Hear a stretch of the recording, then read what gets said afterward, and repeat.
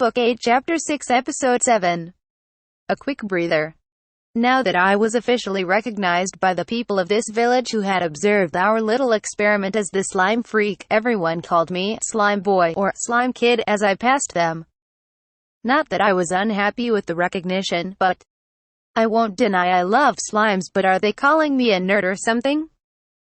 Here I thought people would be more interested once they got to know what these slimes are capable of.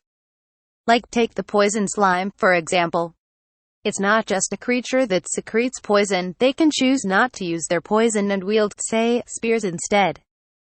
There are many species of slimes that can be extremely useful in many situations.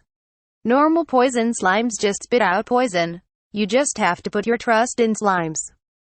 Maybe it's my lack of salesmanship or my lack of persuasion.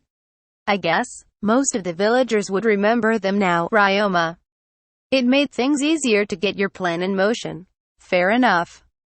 Just as with any group project, any deviation to their norm of mad salamander hunting process was best communicated not only with the leading adventurer, but with people of the village as well. I would have had to teach those responsible for different groups involved in the hunt, but the crowd at the beach who'd witnessed my slime streamlined the process for me. Furthermore, the only word of caution I received was to make sure the poison slimes didn't release their toxin. During tomorrow's hunt, the defense of the processing station and its surroundings would be entrusted to me, my familiars, and Sikkum's peer. If all went well, the other adventurers wouldn't need to concern themselves with defending the processing station during the hunt, allowing them to run around a lot less and concentrate on defending the fish. The team and I were walking down the street in conversation when Peyron suddenly stopped. "What's up?" Thane asked. "Someone's calling." Peyron turned around. I followed his gaze to see a little boy of about 7 or 8 running towards us. Her. Is that Nikki? Wait up. I took a casual step towards the incoming child. Wah, Ryoma, look out. Her. I got something for ya. The boy did something in my direction just as Shin and K's pleas for caution reached my ears. A small, round, and green object came hurling at me, 8 appendages flapping in the air, a muddy, octopus-like creature. What? I instinctively caught the flying octopus, or whatever it was, and it spewed ink from its mouth. Little bugger was quicker on the draw. Ryoma. Yes, I'm fine, Nikki. You promised not to mess with anyone from outside the village. Seeing me doused in ink, the boy hightailed it out of there. Someone else shouted, and I turned to find an elderly woman coming around the corner. Oh, it's you, Gran. Been chasing Nikki, so he was here, Kai. I knew it. I'm sorry about your clothes, she said to me. I told her it was no problem, and activated Dimension Home. All of the ink on me was swiftly sucked up by a cleaner slime. My. That's very convenient. Don't you run a laundry shop too, Ryoma? Thane said. I forgot about that. Octo ink shouldn't be a problem for you. Peyron smiled. The tension had lifted, and as I showed the elderly woman how spotless my clothes now were, she seemed to finally show relief. Now, if you'll excuse me, she said, I have to go find that little sod and give him what for. If he comes around again, we'll hold him down until you come back. Thanks a bunch, Shin. Now, where'd he run off to? The woman asked. That way. She ran off as soon as Kai pointed her in the direction. She looked to be of considerable age, so I was a bit concerned about how quickly she ran off. Don't worry about it. Happens all the time. Kay explained to me that Nikki was the most mischievous prankster in the entire village. His parents work during the day, leaving him in the care of retirees. Apparently, he often escaped from his sitter and performed some pranks around the village. He usually doesn't mess with anyone from outside the village. Right, you mentioned something about a promise. Yeah? We drill it into all of our kids not to mess with people coming to our village, not just Nikki. Pranking villagers is one thing. We don't want them causing trouble for those who came all this way. But we also wouldn't really know what kind of person they were. Lucky it was you, Ryoma. And you could laugh it off. But if he did that to some nutcase, he could put himself or his friends in danger. The grown-ups try to keep an eye on them.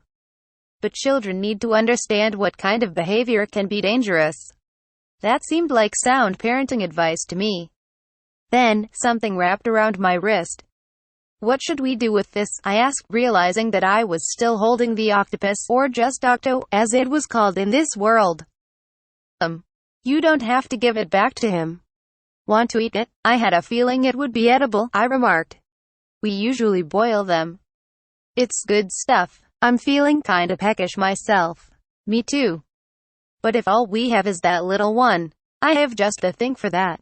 Just the thing, the team repeated, and I suggested we return to the house before I explained. When we returned to the kitchen of my new residence, I produced a flat-top grill with rows of round indentations.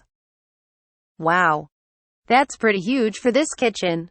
A magic crystal. Is this a magical item? It is. This is a takoyaki maker I had commissioned a metalworker friend of mine for. Once I knew I would be getting loads of clever chicken eggs every day, I figured I'd have a much bigger repertoire of dishes to cook. This made me want all sorts of new cooking equipment, so I asked the Denomi workshop to make them for me. The takoyaki maker was just one example. I also had them make imagawayaki molds, an okonomiyaki plate and a yakisoba plate. And that was just my flat top collection. Considering how excited I was about them, I didn't mind that they all came industrial-sized. I sketched up a food stand like you'd see at a festival, where such things would commonly be used for commercial purposes in Japan, when describing the equipment to the metal workers. Do you have enough ingredients? You can use anything we have here. Thanks for the offer, but I think I can make do with what I have. I could use something for the broth though. Broth? What about these? I produced various dried fish from the pantry. And this too. What's in the bottle? I asked. Fish gravy. Made from fish, obviously. We use it in all sorts of dishes. Fish gravy. Maybe it's, do you mind if I try some? Sure. I opened the bottle and dripped a small amount onto the back of my hand. It ran more fluidly than I expected, so I quickly licked it off. The taste of salt and concentrated umami seeped into my mouth. It's fish sauce. Since it didn't have too much of a bite, and it was easy to cook out the bitterness, I used to use it as a secret ingredient in my cooking all the time. Was this why I kept feeling nostalgic about the soup they were serving me? Whatever it was, the addition of the dried fish and fish sauce would allow me to make something great. First, I slaughtered the octo and handed it to a cleaner slime to have it get the dirt, ink, and mucus off of the meat. Meanwhile, I began preparing the broth by boiling water. I salted the boiling water, then threw in the cleaned octopus after massaging it thoroughly. I watched as its tentacles curled in and its color turned from green to a vibrant red. Now it looked indistinguishable from an octopus, and perfectly delicious. If only I could get more. Can you catch these octo from the lake too? I asked the team, now relaxing in the living room. I didn't see any this morning. What? We catch octo in the forest, not the lake. Oh, the forest. Wait, the forest. Why so surprised? Where else would you see an octo? They can be on treetops, inside trees, in the mud. Depends on the species. But they're all on land. I thought you knew. Since you seem to know how to cook it, do you have octo that live in the water in your homeland, Ryoma? Apparently the octo was a land animal, unlike the octopus. I suppose they couldn't have been too similar. I skewered the octo to confirm it was cooked well enough, and pulled it out of the pot. All I had to do now was chop it up, and make a dough out of an abundance of eggs, flour, wheat starch, which I had sneakily refined with alchemy, and the fish broth. I started up the magical flat top and poured the dough into the indents once it was heated up. The only other ingredient would be the octo. I used chopsticks to shape and flip each bubble of dough, ensuring that they were baking fluffy and golden brown. Once they were completely done, I arranged them on a plate with a side of dipping sauce made from broth, fish sauce, and seasonings. Here they are, I announced. A kashiaki, albeit with fish sauce and broth in lieu of the usual steak sauce, of course. I was curious how they would turn out when made from this world's ingredients. Thane was the first to pick one up. It's very soft. Kind of slime-shaped. He dipped it in the sauce and popped it right into his mouth. Ooh, that's good. Super hot though. Maybe because you dunked it in your mouth in one go. It is really good, Shin agreed. It melts in my mouth. It's certainly an expansive flavor. Great texture on the octo chunks as well. You hear that, Ryoma? He loves it, Kai explained.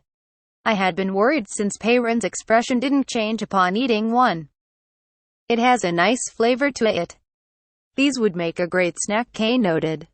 The dish proved popular with the team as the stack of octo spheres depleted fast. I decided to join them. The umami of the egg, the broth, and the fish sauce made for a gentle flavor and texture that would warm you right up. The perfect snack for a cold day. Anyone home? Kai? Kay. A frantic voice interrupted us just as I began to unwind, accompanied by a loud banging on the door. As I choked on my food, Kai and Kay shared a look and opened the door to reveal the same elderly woman from earlier. Kai. Kay. Is he? Calm down, Gran. Take some deep breaths first. Slow down and tell us what's wrong. Where's Nikki? Have you seen him? Not since the last time we saw you. Nope. We didn't see him on the way home, and he hasn't been over. What happened? The woman took a deep breath and managed to choke out 2 words. He's gone.